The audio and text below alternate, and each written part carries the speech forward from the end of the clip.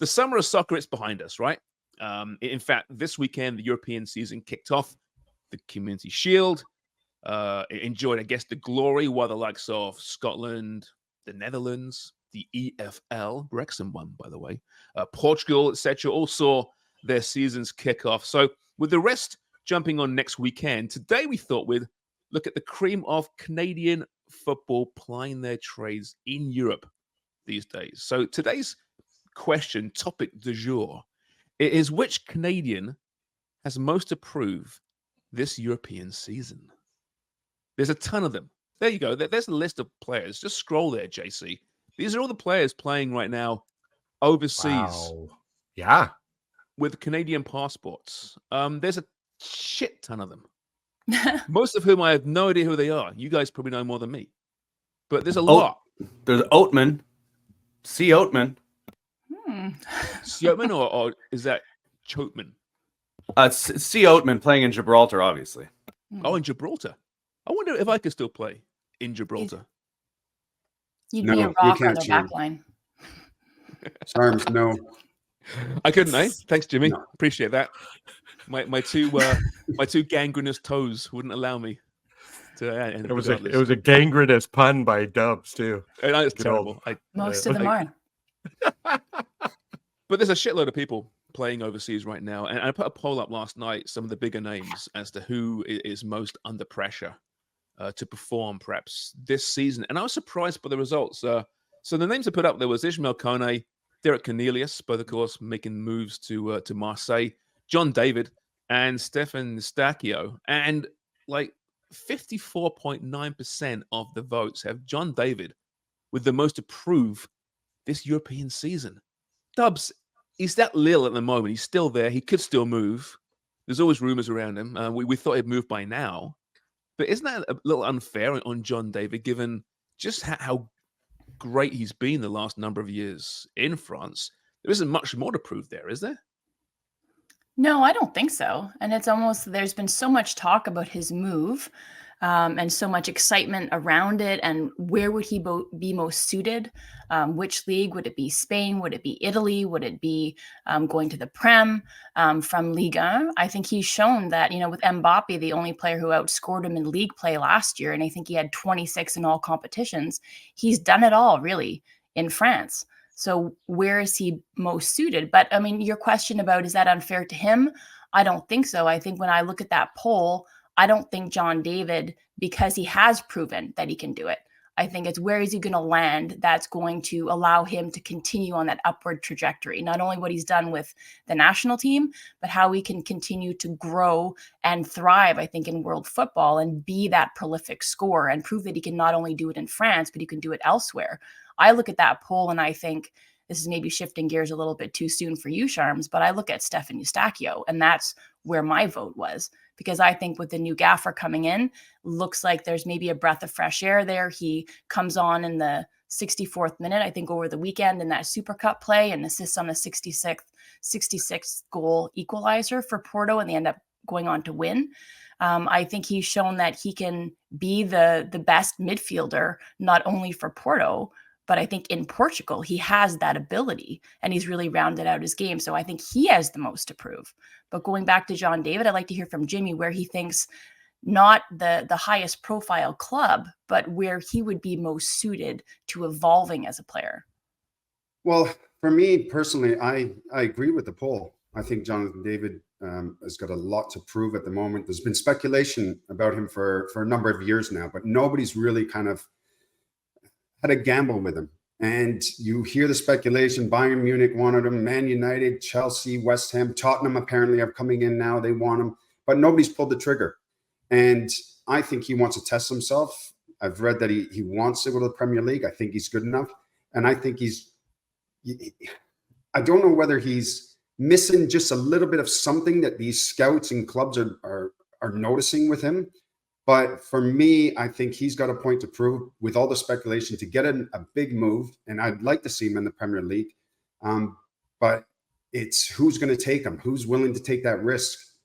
And yeah, he's proved it in France, but it's still another step going into La Liga or going into Bayern or going into the Bundesliga, going into the English Premier League, one of the best in the world. So it's a big step, and I think he's got a little bit to prove right now, and I hope he gets his move relatively soon. Spurs just signed Dom Solanke, right? So I don't see them being a suitor now for John David, but I mean, he has all the attributes. So there's speculation about Richarlison, whether he may be moving, and if he does move, then I think that's when they might have a little go at Jonathan David. He's got a great haircut too. Did you take a syllable out of Richarlison's name? You Richarlison. call him Richardson? Richarlison. No, he said it properly. Already you're starting. Why? Yeah, Why? Jesus Christ. I want to go back to John David for a second. So do you think like the poll and then Jimmy's point about having something to prove, do you think that's because his Copa America was underwhelming? Because I think by John David's standards, with all the eyeballs on him, and then Kone going to Marseille, Cornelius going to Marseille, and the Canadian squad showing really well, and the individuals within that showing really well, I think John David was substandard if you compare it to his regular, I think, kind of standard of play for himself. So then he has a point to prove. So the poll is correct. He's got to work a little bit more and prove that he can score in big matches. The poll's correct. Okay, yeah. Well, right? I mean, I think, we're talking about recency bias, right? I think that's informed by his most recent play, his most recent games for the national team versus how he did in Lille and in Liga and scoring bags of goals as he normally does. Yeah, listen, it wasn't a great World Cup for him either. So the big two international tournaments, he hasn't been at his best. And you look at his goal scoring for Canada, like he's going to overtake Carl Larin in no time. He'll be the all-time leader in no time. He scores a lot of goals against lesser teams, but I still think he's the real deal. Mm. And if you're scouting, if you're a professional team, you're a Spurs or you're a West Ham, or whoever it is, rumored to like him, you know what you have before Copa, right? He's shown himself in one of the top leagues in world football. We know what he can do domestically. It's just, for his country on the biggest stage hasn't always reached those heights. But I think that's it, Sharms. It's the biggest stage, the opportunity, and this is why Cornelius and Kone got picked up by Marseille. That's not why, though. I don't think it's why, though. No, but that we've talked about this before, where Champions League and World Cup, if you have one good run, Craig and Jimmy both said, "Hey, these guys have signed contracts out of these tournaments, these international tournaments, that all of a sudden." They're getting contracts that they probably don't deserve. And so what it does is it's a tipping point for a lot of players. And that spotlight, I have to say, I want our good Ottawa guy to do well, but I think he's underwhelmed for Canada for the last few years. And it looks like he defaults to a secondary player and has, Alphonso Davies, and it seems like he doesn't always take the shots he should, doesn't always have that audacity, doesn't always have it. He doesn't seem to stand up so far for Canada at the same level he has for league play. And that's from a layman. But Jimmy, he's a player, though, that I think is underappreciated sometimes because he does the dirty work and he does the defensive work for a number 9 that you don't always see. So sometimes when the goals aren't, hitting the back of the net for him, or he's not taking the right shots, and you're right, Wong, he doesn't always take the right shots. But he's doing the little things, deeper on the pitch than other players would, and that's important as well for this team. Yeah, I think you've got to keep in mind that when he's with the national team, he's playing a bit of a different role. He's coming awfully deep at times. Yeah, and club football, he's getting the service that he wants. Jonathan David needs to be in the box, and he needs service, and he gets that at club level. But at times, I don't think he gets enough service in the national team. He's got to create a lot of opportunities on his own. I think the pressure. I mean, if he gets that move to a bigger club, right, to a bigger league, then yeah, I can see very much why he'll have the most to prove from the Canadian players. But right now, as it stands at the moment, listen, by the time this hits the airwaves, who knows? The transfer window is getting really fascinating right now. And we still got, 3 weeks left, 2 weeks left, maybe. So we'll see. Now, you mentioned Eustaquio there, Dubs. And that's an interesting one because didn't have a great campaign last year under Conceição. he leaves. In comes his right-hand man as the main man now, Vitor Bruno. Starts him on the weekend in the first game of the season. Played 60 minutes. Played very well, apparently. Didn't see the game myself. And like I said last week in the Super Taka, he came off the bench and was a big part in that comeback win as well. But there's still a lot to be proven there, isn't there, with Eustaquio, as far as can he maintain it for a full season at Porto, one of the biggest, most storied clubs in world football. I can see why he got a lot of votes. Yeah, because that's the way that I look at it. I look at him being a keystone of this national team. Whether it was John Herdman, it was Mauro Biello, it's Jesse Marsh, Stephan Eustaquio is always going to be a key cog in the middle of that park. And I think for a long time, he was seen as the player that was going to be providing that final pass, that connecting piece, pulling the strings on the attack. But I think he's proven that he can also do the grunt work, the dirty work, even though he's slight physically. He can do a lot of ground cover. He can provide that insulation in front of the back line, in front of the new duo of Cornelius and Bombito.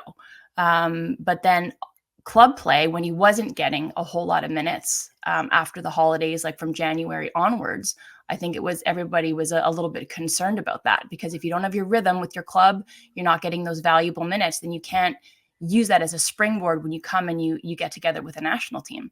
So from a personal level, I think absolutely. I think he's seeing this as a new start. And you said he got the start. I looked at the stats over the weekend. It said he came on as a sub, and then 2 minutes later he got the assist. So maybe I read that wrong. But regardless, I think if he's utilized and he's again kind of elevated to a spot, and there were two kind of younger upstarts that were within the club after the holidays, I think that kind of pushed him out of the way. So if they get moved on, or then you just have Bruno in, who sees him as a really valuable piece, I think that means a lot for the national team, because he is really somebody that Marsh will be leaning on heavily as they progress. Jimmy, your thoughts on Eustaquio and this season? There's rumors about him moving on as well last year, but it's amazing how a new manager who it's not like he's got fresh ideas and he's got a new longer leash with this manager, because he was there last year. He did advise Conceição. He knew why Conceição didn't play Eustaquio late in the campaign, but a new manager, I guess, is also in many ways, regardless where he comes from, a breath of fresh air. Yeah, it is. And the thing is, too, when a new manager comes in, even though he's already been on the staff, he's going to have his own style or his own identity. He's going to want to implement certain philosophies and style of play into this team, because he wants to create his own identity. And this could be great for Eustaquio. For me, going on to what Amy's saying, I love the way that he plays. I love how he gets on the ball. He can control the rhythm in a game, and it's a clean slate and a new opportunity for him. And hopefully this new manager appreciates Eustaquio, the way that he plays. He knows what he's capable of and gives him that opportunity.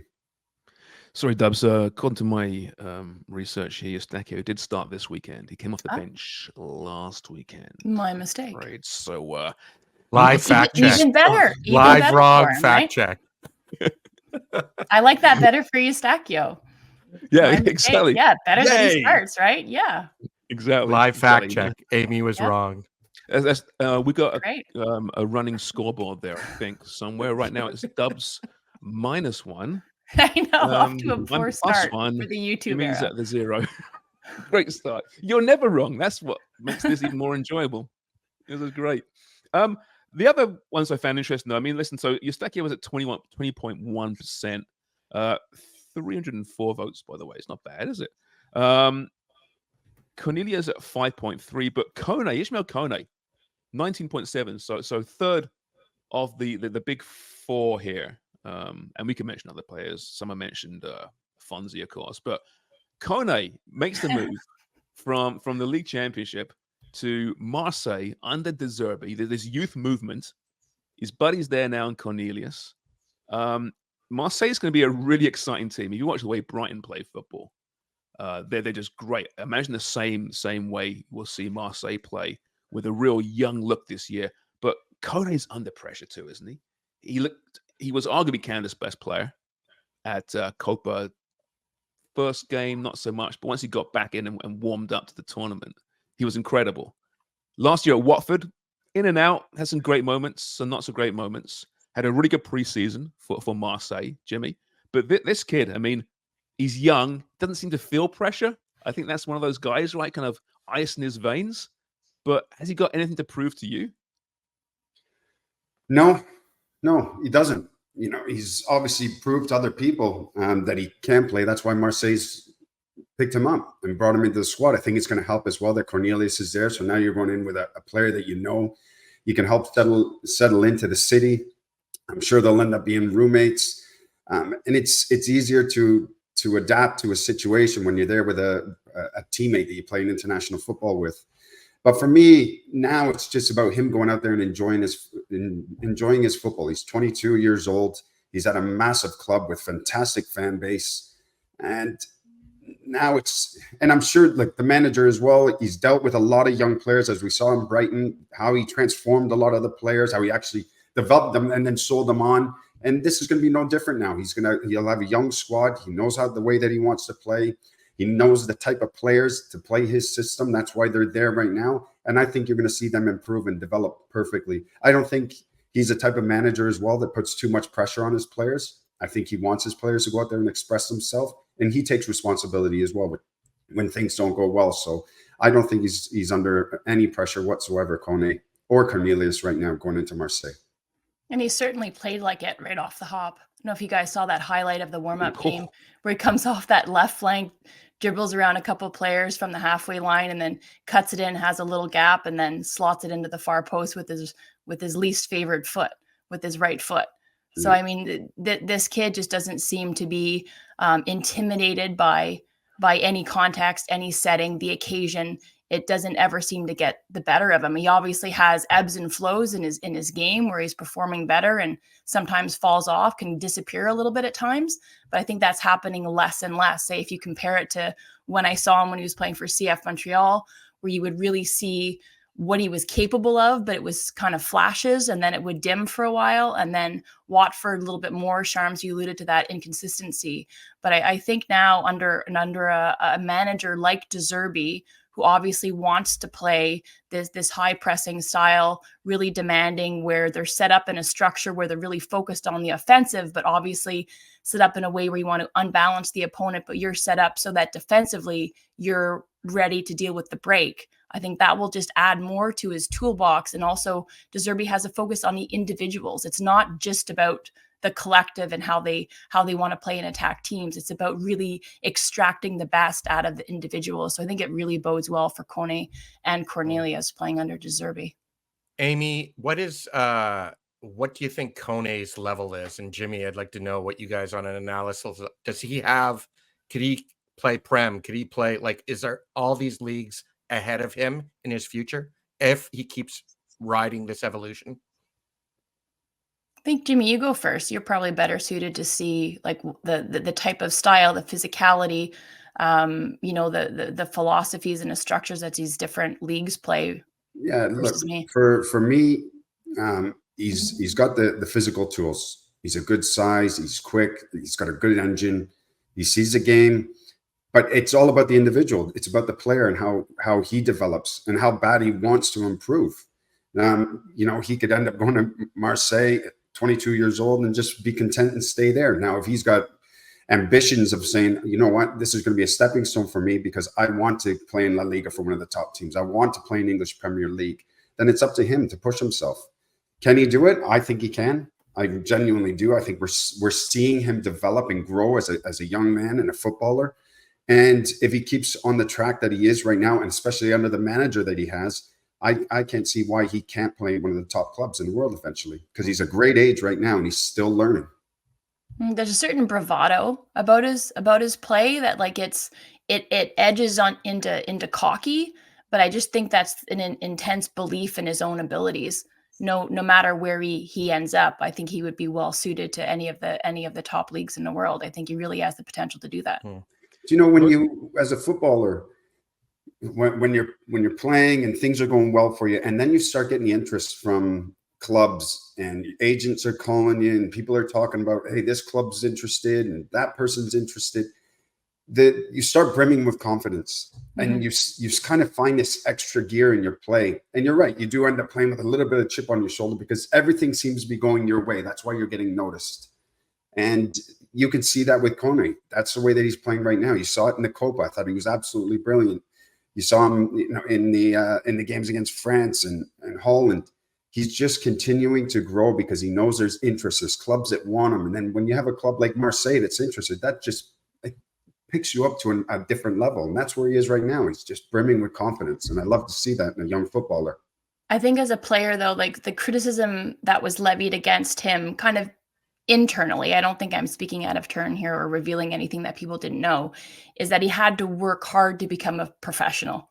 Like, show up not just for the games or the big games, but for training day in and day out. And then making sure that there's a balance of that extrinsic, which we were talking about, Jimmy, like giving you that, your chest is puffed up and you've got a swagger and a spring to your step because you know that there's interest and you're cultivating that interest via your play. Like that, there's something absolutely to that, but that's extrinsic. So what's happening? Do you have the balance of the intrinsic? So like when you're going out and the eyeballs aren't on you, there's no flash to it, but you just have to put in that grunt work. I think that's what he's worked hard at. And I think he can still make strides in so that, there's that balance of the personal and the player himself to say that it's not just about the outside noise. It's about, I have the drive within me to get to the level that I think I can attain. You get paid to train, right? Not to play. You play to free, don't you? But that's what a wise man once said. All the previews I see, though, have Kone starting for Marseille. Cornelius probably not to begin the season anyway. But you look at Kone and that starting 11, it is pretty young. But then they did bring in Pierre-Emile Højbjerg, who's going to be a great mentor, I think, in many ways for Kone in that midfield. This guy came from Spurs. I'm just rereading Pep Confidential, which is about Pep's first season at Bayern Munich. And Højbjerg was with Bayern at that time. And I'm only about the first couple of chapters in, but he is reveling at how great the potential Højbjerg has back in those days as a 17-year-old. He said, this guy can be the number 6 that Guardiola was. He never reached those heights, in retrospect. Good player, really good career. But it's amazing, the how Pep Guardiola, the greatest manager of all time, perhaps, viewed a 17-year-old kid and how he put all his efforts towards him. And he still couldn't really make it to that level. But still, like I said, a really great professional, a guy that's been around for a long time, and now is a teammate of Kone. I think that's fantastic. Cornelius, I find that interesting, the Cornelius, because he's playing at Malmo, and people dismiss. They were so surprised that Cornelius broke into the Canada team at Copa and played so well. This guy's been good for years. And Malmo's a decent team, Jimmy, right? Okay, it's not a top side, but it's a very, very good team with a great history. And he played an important role there, won a championship. Do we all just forget about Derek Cornelius prior to Copa? No, I don't think we forgot about him, but I think finally you had a manager that appreciated the way that he plays. Myself personally, I love the way that Cornelius plays. I like how the composure that he has. I like how he can play those threaded balls into tight spaces and reads the game. He's very, very relaxed when he plays, but also has that urgency when he's defending. And obviously Jesse's came in and saw right away his potential, and he's flourished. He's flourished under Jesse Marsch and with this national team. And again, he's gotten recognized. And that's the thing too, when you're playing your football, you never know who's watching. Every single match, you've got to give everything you got, because you think Marseille's been watching Kone, and then all of a sudden Cornelius is catching their eye. And now they want Cornelius, and now Cornelius has made that move to a big, big club. But Malmo, yeah, it's a great club. It's got European history. It's been around for an awful long time. It's produced an awful lot of players over the years. But yeah, you do have a tendency to kind of forget about it because it isn't the top 5 leagues. But it's a great place to play and obviously get recognized and make that jump from a club like Malmo to Marseille, one of the big clubs in Europe. Do you think the Swedes take umbrage? Do the Swedes take offense to that? Not only Cornelius and Malmo, but the Swedes are like, hey, don't forget about us. No? So again, I missed that. I didn't hear that. Say again. I'm sure it's as good as your previous one. I was just saying, Sweden's like, what the fuck, guys? Like, how come everybody forgets about us? There was that. Sorry, guys. I just want to throw. Is Derek Cornelius a late bloomer in the eyes of European soccer? I just sit there and I go, he's 26, Ajax, Ontario native. Is that late? Like, is this such a great thing for him? And I don't get me wrong. Is this kind of his level where he should be attaining? Just because people don't, there seems to be this, hey, he's young. We were just talking about Højbjerg. And people throw a lot into him. Kone's 22, very young still. But 26 is like on that upper end. You've got, your men are supposed to be athletic. Their top tiers, right? 27, 28, 29 in that zone. And he's already 26. This is a late bloomer, correct? Or at least being chosen as a late bloomer to move on. I think he is. I think it's a good point. I mean, listen, it's centre back, right? And they do develop later than other players, perhaps, right? But look at his career trajectory, right? So he played in 2016, his senior career, VfB Lübeck, went on to VFR New Munster. That's not a new part of Ireland, New Munster.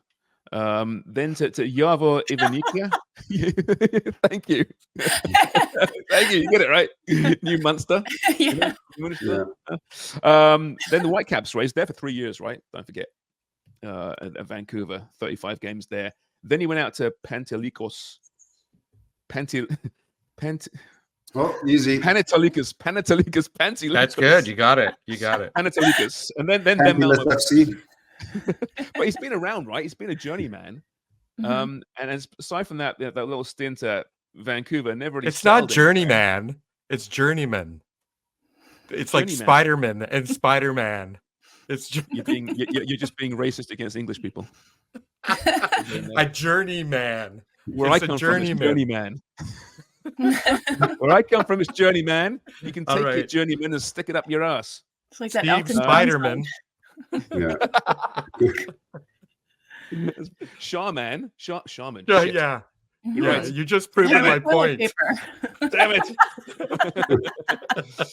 But he's got 26 caps, right? Yeah. But I think in the Herdman era, I mean, he either wasn't called in or he was called in and didn't get any minutes, didn't get any caps. I think he only has a handful of caps over the last 4 years. But John was so confident in Kamar Miller and Stephen Vittoria, right? In fairness, they played really well too. Sure. So but I mean, maybe not necessarily his prime years, because as you pointed out, I think as center back, you do develop a little bit later. That's the upside, I think, here for Cornelius. I also think that what Jimmy was talking about, the way that he reads the game, is tactical acumen. Like he's really, really sound player in that regard, and his composure. But I think Marsh even alluded to the fact, like physically, I think that there's a lot there that he can develop. I think not only in his capacity to play across 90 minutes and like his physical output, but also I think just be a little bit more of a physical presence and more dominating as that center back duo with Bombito. Well, speaking of Bombito, sorry, Sean, just to go on Cornelius here a little bit more. For me, yeah, he's had quite a few clubs, but every footballer needs a home. And when you find that place where you're comfortable, the manager buys into you, and you're very comfortable in your surroundings, that's when you tend to flourish a little bit. And with him going to Malmo, that was his home. That's where he went, you know what? This is where I'm the most comfortable. This is where I'm settled. I'm enjoying my football. I got a manager that believes in me. And then that elevates your game as well. And sometimes it does take a little bit of time to figure out where you are as football. You're looking at going 26. Is that old? No, it's not old. 26 is a very good age. And he's gained an awful lot of experience. He's had a great couple of years at Malmo where he's really flourished as an individual and as a footballer. And now he's getting recognized for his talent. And now when you're hoping that he goes to Marseille, with the experience that he's gained, he's going to continue to improve. But that for me, that's what's happened with Cornelius. Malmo, that's where he found his home. That was where he's most comfortable. And then that's where you really started to see him flourish. JC, pull up that Fabrizio Romano tweet regarding Bombito, because there are rumors that he's making a move from MLS. He's on the move to maybe Nice. Fabrizio he says so Nice entered the race and open talks to sign 24-year-old center back Moise Bombito from the Rapids. Bombito is high on the Nice list as a replacement for Todibo, he understands also Red Bull Salzburg also won it.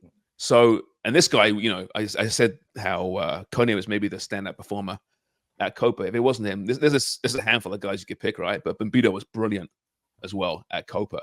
He could be on Better the way. soccer name too, Sharms. Bombito? Yeah, that is the sports name for name. the ages. Pretty good. Yeah, It is a good name. Great. It'd be nice if he ended up in France, I think. It'd be great, wouldn't it? I It'd mean, be suddenly nice. Canadian soccer fans have a real interest to watch French football this year. Jacob Schafferberg, of course, has been rumored to maybe leaving MLS at some point as well. When is the right time, Jimmy? You went over there as a very young player before you'd established yourself as a professional.